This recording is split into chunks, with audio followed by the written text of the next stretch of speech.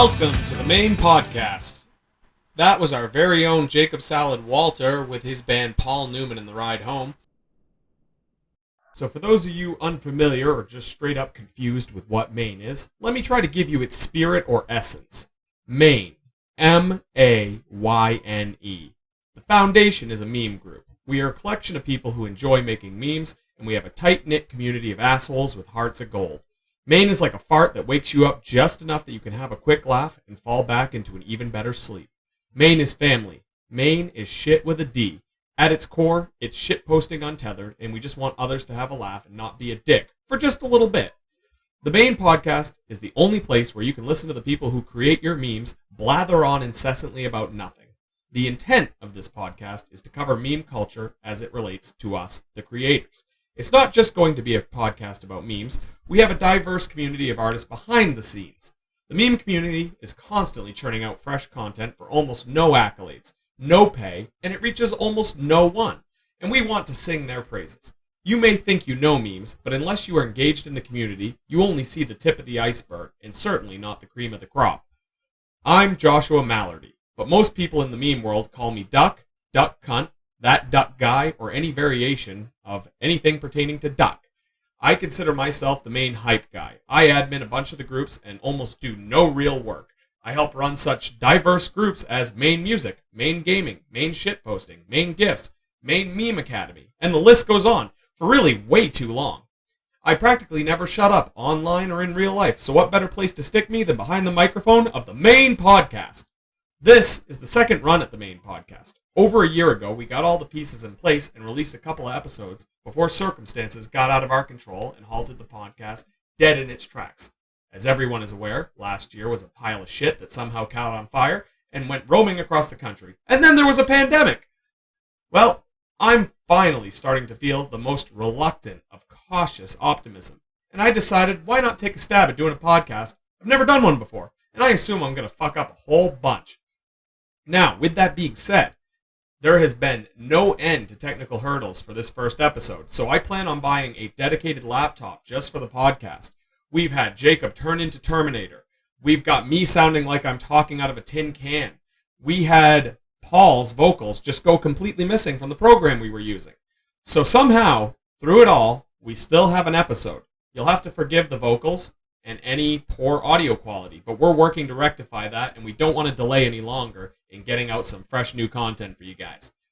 So anyway, I'd like to thank Rob, PC Jr., Jimmy Fred, and Jacob for their pioneer attempt with the first couple episodes of the podcast, and they will all hopefully be on here for future episodes.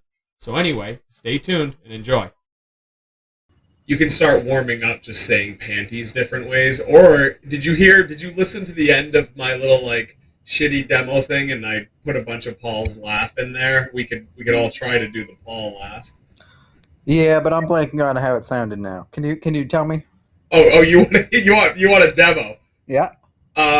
For me, I think it sounded something like.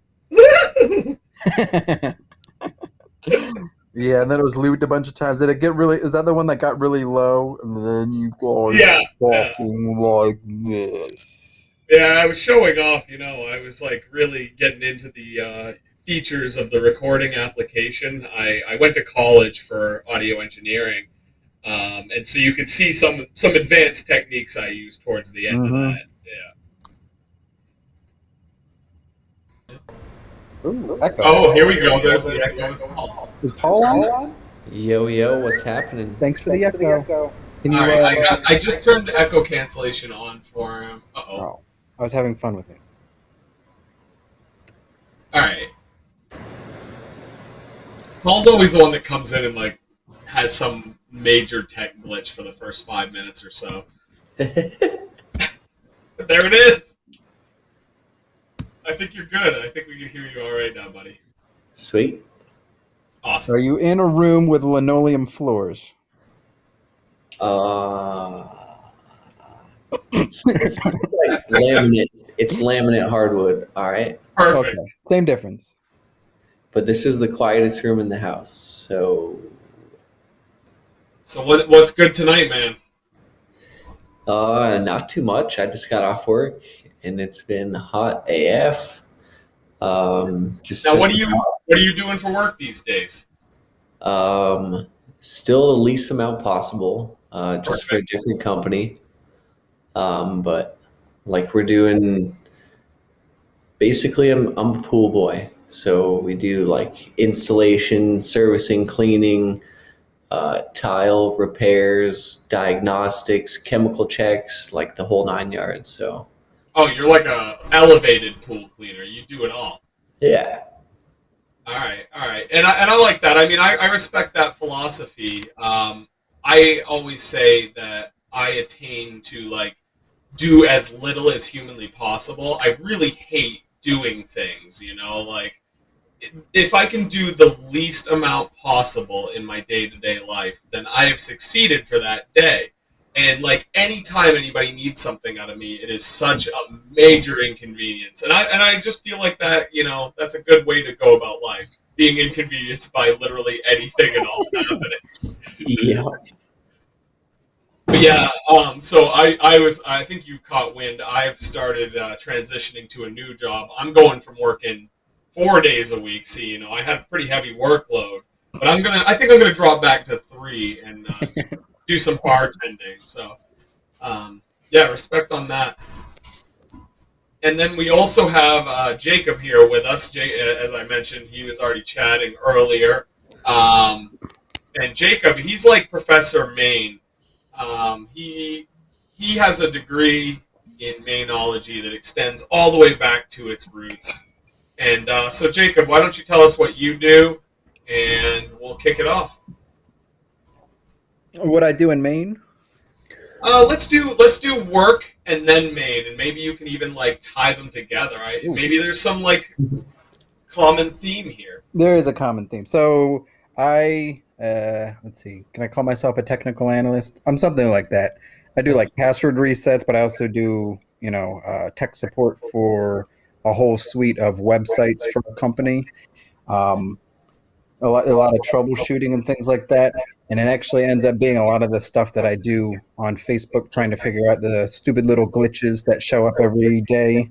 Um, Adminning and the new features they add and how they're supposed to work and how they don't work and how we need to go around them. And also searching for things is one of my expertises. Expert cheeses. Yes, I'm totally here and paying attention. Sweet. And so, how does this? You said it ties into Maine in a few ways. Like you're finding certain things, but like, really, it's most useful if I need to find a meme from like 2 years ago, and I only know the most boring, minute detail. And like, I'll just ask in the chat. I'll be like, "Hey, I'm kind of thinking. I have this feeling that I might have seen a meme once." And Jacob will come back 13 seconds later with the link. Yep. It's amazing. Can confirm.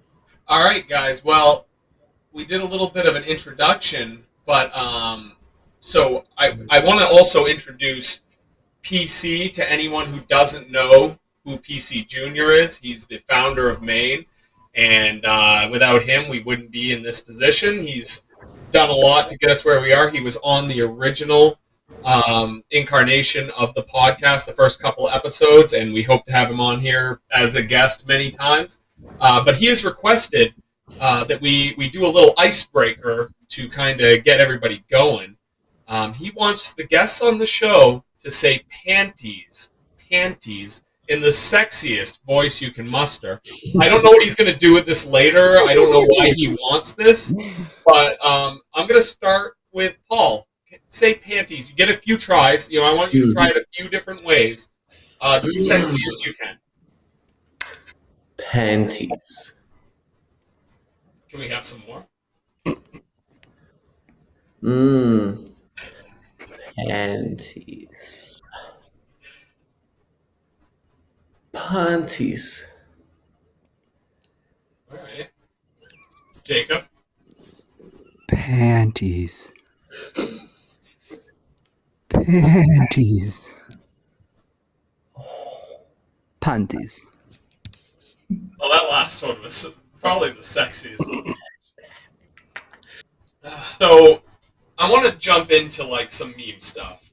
I had an idea, like, this is our first episode back, and we're just getting acquainted here with our listeners, and maybe some of them aren't as involved with memes as we are, basically spending like 8 hours a day just grinding on memes. So let's start with a little definition of what a meme is. And I don't necessarily want like the Merriam-Webster or Wikipedia. I don't even want you to open Wikipedia, but I want you to define a meme, what it is to you, what you think a meme is. Like, because it's getting pretty broad, I feel. So, Jacob, you want to start? No. No? Okay, Paul. I second that. I don't want to start. Why don't you go first, Josh? So I feel like memes at this point has become so broad, right, that it could be anything. Because you could put a text on an image. Most everybody knows you throw text on an image. That's a meme, right? Maybe the text goes above the image. That's still a meme. What if you alter an image that exists a little bit? Fine, that's also a meme. You can change a piece of an image. You can add text to it. You can add another image to it. You can do all sorts of manipulation of existing elements.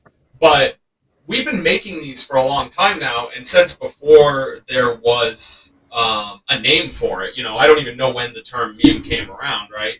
But you could pop on MS Paint in your fucking high school typing class, and you could fire out some stupid like meme back then. You just didn't have a word for it. And now it's been around long enough that I don't think that even that description covers it, because there are guys out there completely just they're cartoonists, and that's something I wanted to talk about. Is like the community as a whole. We've got guys who have all sorts of different backgrounds, and a lot of them are artistic backgrounds. I'm like the least artistic memer probably. I can't draw a stick figure, but now we're all coming at this with our different artistic backgrounds, and some people are creating things from the ground up. People are creating things that aren't comedy. You got Void, there's Void posting, which is just like dark memes. There's no comedy. I mean, we are the ones putting the comedy in there, but yeah, you get what I'm saying. There's like there's no definition anymore, because it's literally any image that you put up on the internet other than a photo of your dinner. And even we're even challenging that with Mayne bougie foodies. We're like basically memeing our food. Okay.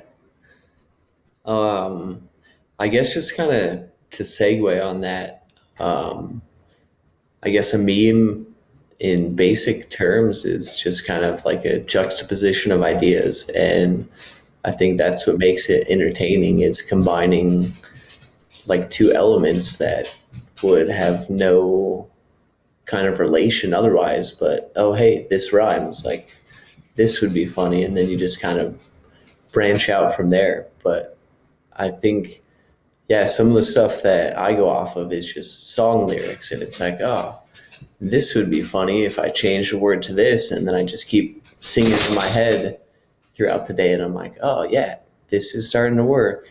Like some of them just come kind of naturally, and some you got to sit on for a while and kind of retool it. But yeah, we just do it for the enjoyment and trying to share the love and just share some laughs with people we'll probably never meet in real life, but we're a pretty tight-knit community, so. Professor Mayne, do you have anything else you'd like to add to the definition portion? Yeah, I don't know if it was like Noam Chomsky. It was someone famous that used the word meme, but in like a different context, not specifically pictures, but it was like kind of general ideas that people use to convey ideas to each other, in ways that you might not have exact words to express. I feel like it's kind of like that, where you might take a picture. I mean, old memes, it was like someone's face, like reaction memes, like they're making a face and then you put something above it, like when you this. And I feel like it has broadened, and like the mashup memes, when they, putting things together, like Paul was saying, that don't really belong together, like skin on a banana or whatever it happens to be, that people can relate to or find interesting or funny or whatever it is. Basically, just like Yeah, that. yeah, I get what you're saying. It's like it's a broader social construct. It's like a way to connect with people, like Paul was saying, that you'll never meet, but you share the commonality that you've seen these two things. A mashup, in essence, is just a couple things smashed together. It can be multiple things.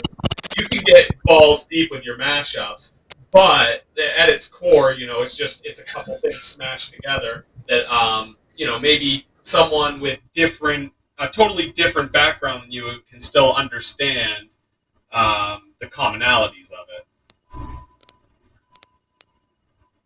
Right, and it doesn't even need words. Like there are a lot of the ones with words, but you can just instantly see something and know that it doesn't go together, and you have some kind of reaction, whether it's disgust or laughter or that little breath of air that comes out your nose. Yeah, you're a big advocate for the breath of air out of the nose. I think I saw you even animated one of those. Or was that like, it almost looked like the guy was hitting a jewel or something.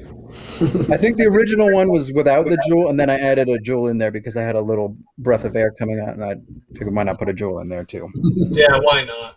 Yeah, and that's and that another topic for a later time is animated GIFs or GIFs or however you want to pronounce it. But those are just such a bear of time consumption, and it's we do this for fun and to make each other laugh and to make random fucking strangers on the internet laugh. But some of it is extremely time consuming. Most time-consuming meme should be a topic one day. Oh, absolutely. We were even just discussing it earlier today. I think I mentioned a couple I made. Usually it's the text that gets me. If you're trying to use like really detailed movie cover text that has like a lot of detail inside of it, and you sit there and you can just get finicky with like the text for an hour straight, and that's just one portion of it. So you might sink 2 hours into making a meme, and 1 hour of it was making an F look right. Mm-hmm. And sometimes it doesn't even look that good. Yeah. No, once you get done, you're like, that looks like absolute Yeah. trash, and then you start over with a fresh mind, and you can do it better in 10 minutes the next But it's day. always a learning experience, because then the next time you can do it slightly differently, or you figured out what you did that time, it worked, and there's a way to do it. Yeah. Yeah, and actually, that's a perfect transition for something I wanted to cover tonight. We're talking about learning all these like strategies that we're using these applications. Whether and all of us are mobile, we all use our tablets and smartphones, right? Mm-hmm. There are people who use PC, but in this conversation tonight, we're all mobile users. We're on either a tablet or we're on a smartphone, and we're using applications to manipulate images or add elements to images and thus create our memes. But you start learning these techniques along the way. I want to kind of bring it back and let's talk about like how you got your start memeing. Like for me, I used an example earlier of being like in a typing class, and that's really not far off from the truth. I remember I've made memes for as long as I knew how to use a computer almost. I was in high school adding text and cutting out images in Paint, and that would have been 2002. I will roughly guess I got started, and so through the years I still did it the same way, and I was kind of proud of that. I mean, I've always like made these really shitty memes, like they were bad.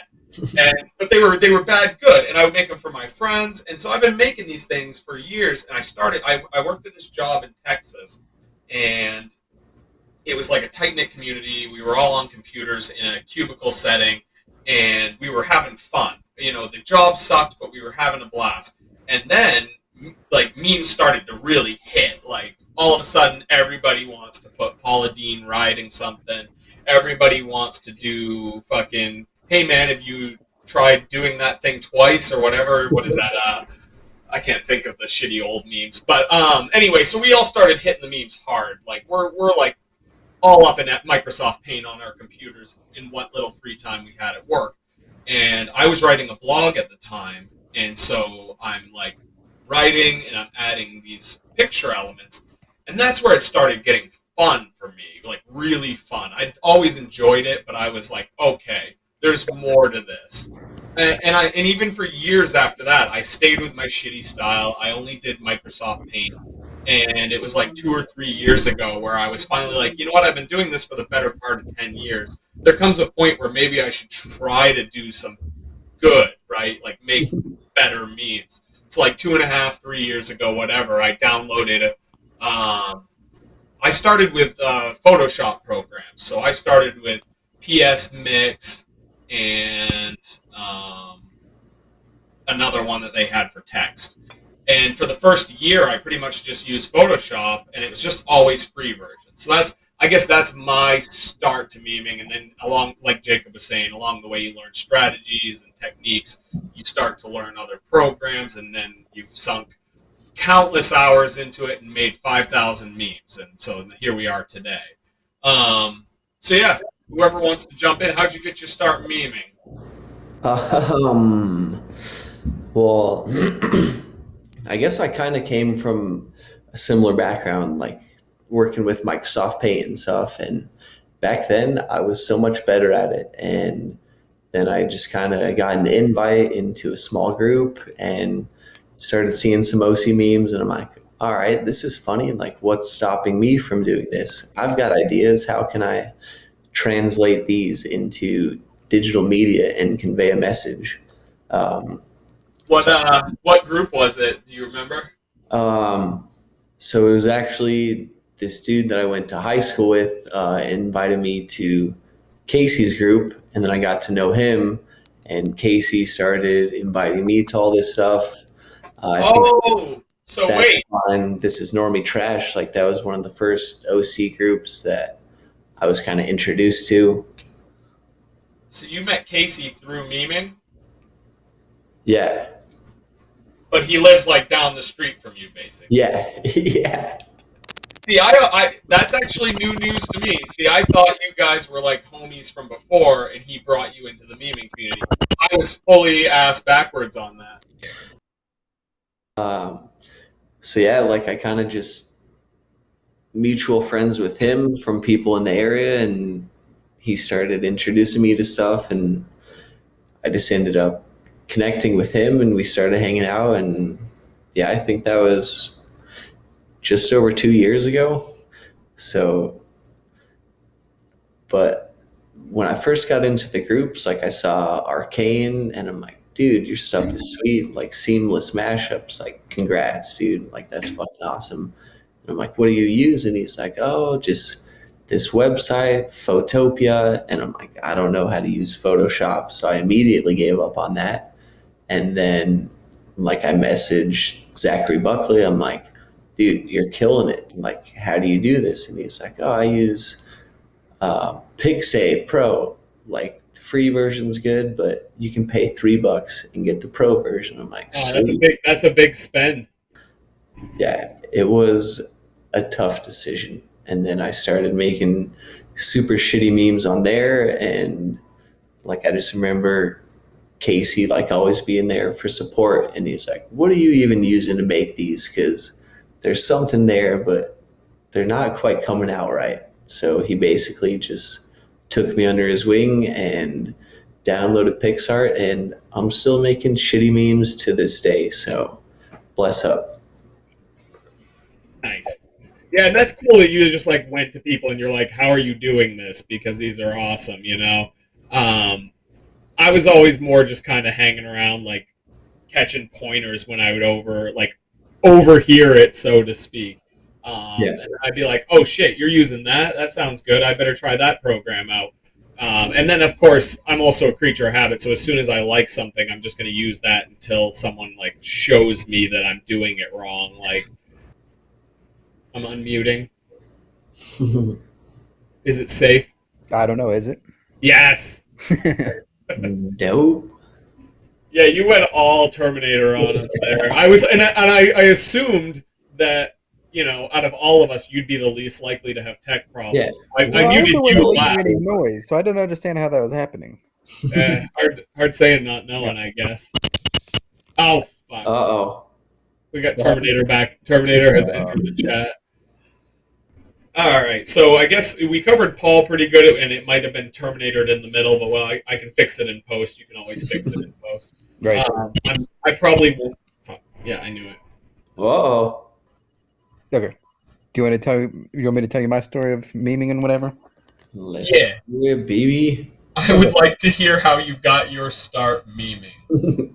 So, I was probably like 14 or 15. I started working at a pizza shop with my brother. He had been working there for like a year, and we would get really bored at certain points. So I'd always make little like cartoons, which I guess is the first, way of me making memes, even though they're not really memes. We were both big fans of Dilbert, and we would actually like, go to the library, get Dilbert books, and just read Dilbert for hours.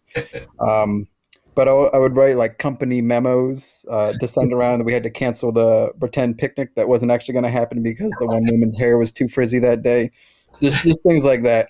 And I didn't really make anything. I mean, I would draw pictures once in a while, but I didn't really make anything meme like until like 2.5, 3 years ago. Whenever I came into all the groups, I used to just follow meme pages, and I would sit there and I would go through like a page's whole collection Yeah, of memes, and it would take like an hour, and yeah, it was like one every 15 I'd think was like really funny.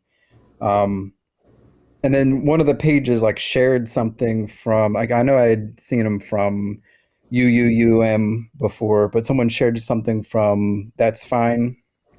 Um, and I joined it, and it was just in there to see them from the source, because I figured out that's where people are actually like making them and posting them instead of stealing them from someone right. and posting Yeah. it to their page.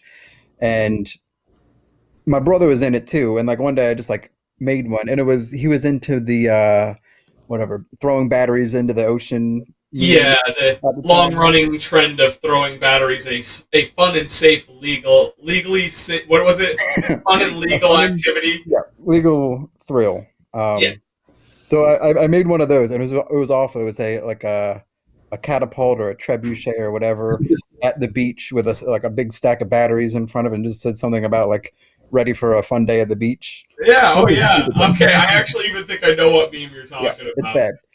Oh no, oh yeah. So then I posted. I sent it to my brother first, and that's in the beginning. That's how I'd always do it. I would send it to my brother if he thought it was funny. I would put it up. And I just got into it like really quickly, and it was actually really good that they had. I think it was a limit of 4 per day, because it stopped me from making 50 in a day that were all just awful. I mean, not that they weren't awful, but I only made 4 of them instead of 50. Right. Well, And then that was one of my topics was lurking, because at yeah, first we were like talking about um, how long you just kind of sit there and you're like, okay, I found the source. This is where the bread is made. Like these guys are actually making memes, and so you start and you're just kind of watching it unfold, and then you start getting this itch. You're like, I want to be a part of that. Like I want to make a couple memes and have people like enjoy my stupid sense of humor. And the worst part is, you start and you're just so bad, and nobody likes your shit. And so there's like this immediate barrier to getting into memeing because, first of all, you're just doing it for fun, and then secondly, you get hit with like just nothing. It's crickets. You're like, oh fuck, I posted this and it's trash and nobody likes me, and so the normal reaction when you're new to it is like, this is the worst. And I bet a lot of people just don't go on from there. And then some people are lacking like certain chemicals in their brain telling them the right thing to do. And so instead they just keep making memes, and then they get better, and then people start liking them. And so everybody has a little bit of a period where they lurk, or they just go on forever and be perpetual Johnny No memes, where they're the type of person who comments on a meme and tells you how you could have done it better, or tells you what would be a funnier joke, or corrects you, or any number of things that is super not helpful because we're just trying to have a joke here, And so then you got your Johnny No memes. So basically, there's a couple of factors that keep people from actually getting into memeing, aside from the fact that it pays nothing. And so I think that's kind of what I wanted to tie in was like, we all got our start in these groups that were a little rough, or it was tough. You're like, nobody's reacting to your shit, nobody cares, nobody's commenting, or if they are commenting, it's criticism, and that's sort of what spawned Mayne. I feel anyway. I came into Mayne a little after everybody, not super far. I guess it always feels like there was a lot of history before I showed up. But I guess the shitposting group as it is in its current form, had only existed for, what do you think, maybe 6 months? Not even that. You were in there by September of, 2019? Oh, see, yeah, you would know better than me, I guess. Yeah, I just felt like I missed, some. There was obviously no land breaking event that happened. I've seen the old memes; they're awful, just like they are now. But I came in and you guys were already like making jokes, and you had some in jokes already, and so I always felt like I was a little late to the game with this whole Mayne thing. I mean, obviously, I've been around long enough; like I feel like I'm incorporated. Of course, I'm making the stupid fucking podcast, but this Mayne thing happened, and it was kind of it was like a catalyst from the rejection of the bigger meme groups. People just having this hard break getting into making memes. It's like it should be fun, it should be easy, it should be accessible, and we're wasting our time to have a good time. We're not trying to do something like we're not trying to political bait and like discuss and like fight. We're just trying to like have a little bit of fun on the internet. And Mayne felt like that perfect kind of utopia of memeing. And I know we're all human. There's tons of fucking flaws. Like people think that we're like a cancer on the meme community at some points. But in all reality, Mayne seems to be about the most fun you can have making memes on the internet. And I've been around some meme communities. Well, and going back to the inside jokes and everything that was existing, so I feel like you came in like September or so, and it Yeah. was only August 23rd, 2019 that it even moved from being the "that's fine, backup," which was a joke, to being Mayne. That fine, it's the Mayne group. Yeah. And part of the whole inside joke thing, which was probably me and my brother. Well, I think that was a lot of it. Like, Yeah. and I miss having your brother in the group on the regular, but that was a little bit of the allure. Was like you guys had some fucking wild, weird memes that made no sense to me, but I was like, "There's something there." These guys have got like this whole like story to what they're trying to tell with these stupid edits, and they were bad edits back then. We were all really bad back then. But there was like this. I always describe it as like the serial killer phase of memeing. He's fucking Terminator again. Oh. What the hell is going on here? What I'll do, because Jacob is going full Terminator again, is I'll just finish this last little bit. I was just talking about like Johnny No memes lurking.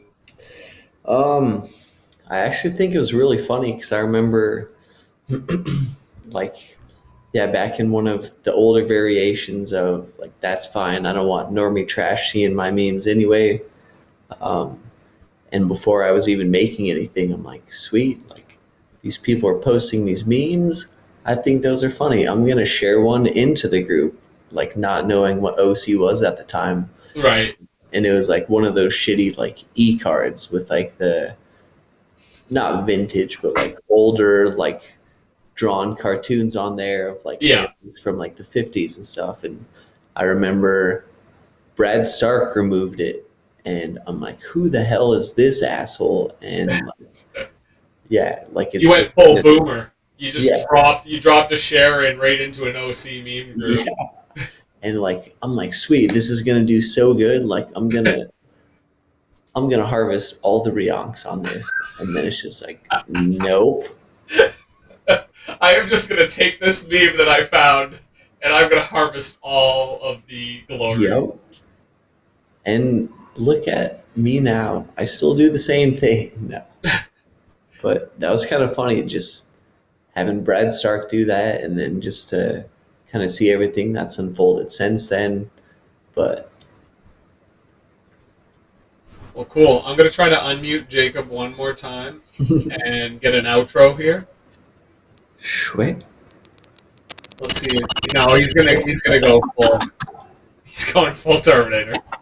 Totally. Do you remember what I was talking about the last time? I almost when Jacob went full Terminator. I feel like I had one more little story I was telling, but it might be gone forever. Johnny No memes? No, that's all right. Serial killer. He's right. Serial killer memes. Oh, okay, perfect. Thank you, Jacob. All right, I'll tell my little serial killer anecdote, and then I'll do the goodbyes. Yeah, I was saying that there's like a phase. Like I wanna kind of go through because I've seen it so many times. I love Mayne because people come into the group and there's always this whirlwind. It's like these stages of getting to know the group if someone actually locks on. Because you either A, come in and look at it and you're like, I don't fucking get it, and you never look at it again. B, you look at it every now and then, you don't really get it, it's kind of funny. But like not enough to engage. And then you get people who are interested in what Mayne's all about. And I'm specifically speaking about like our core OG group shitposting. And the way the members have come in there is so different because they come in and they're like, this is fucking weird. And the people who latch on and like really like what's happening, there's that first stage like I was talking about where I don't really get what's happening, but I'm intrigued. And then they go into the second stage where they're like, I might want to participate in this. And then they go fucking balls deep. Like there's this main balls deep stage where like and some of our best guys who are still around to this day, they all go through this little like phase. I did it. You're just like, I'm going to put my heart and soul into pumping memes into this shit posting group, and I don't care what anybody thinks. I'm just gonna just rack my brain for the stupidest shit, and I'm gonna because there's no limits in shit posting. You can post as much as you want, and with that, you make a bunch of stupid shit. You post as much as you can, but you're very new, you're very green, and so you're making these god awful, and that's the serial killer stage, or we call it getting really jeffed up, where you just like hack up a couple images, and you do not care about making it look good. I don't care if the skin is feathered in the right tone. Like, I may be mashing up two people of different races, but I have no time to figure out how I'm going to make them look like one person. I'm just going to slap features from that person onto the other person and call it a day and get my joke out there. And so you go through that stage, and you're like in your serial killer stage, and you're just butchering these memes, and you're pumping them out.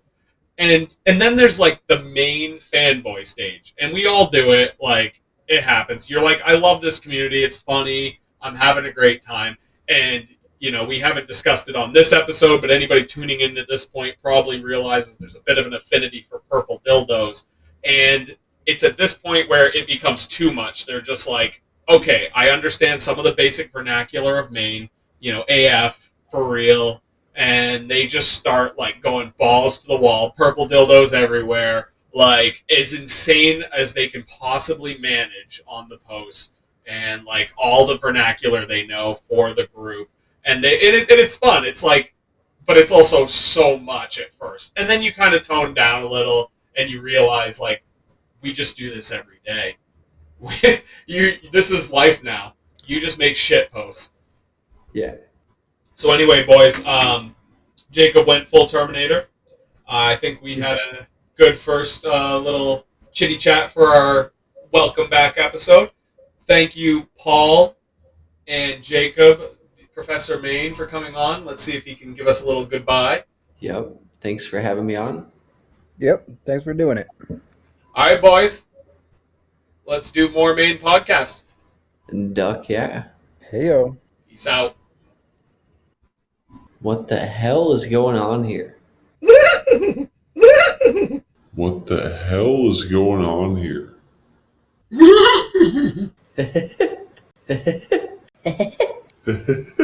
Panties. Mmm. Panties. Panties. Panties. Panties. Panties. Panties. Panties. Panties. Panties. Panties. Panties.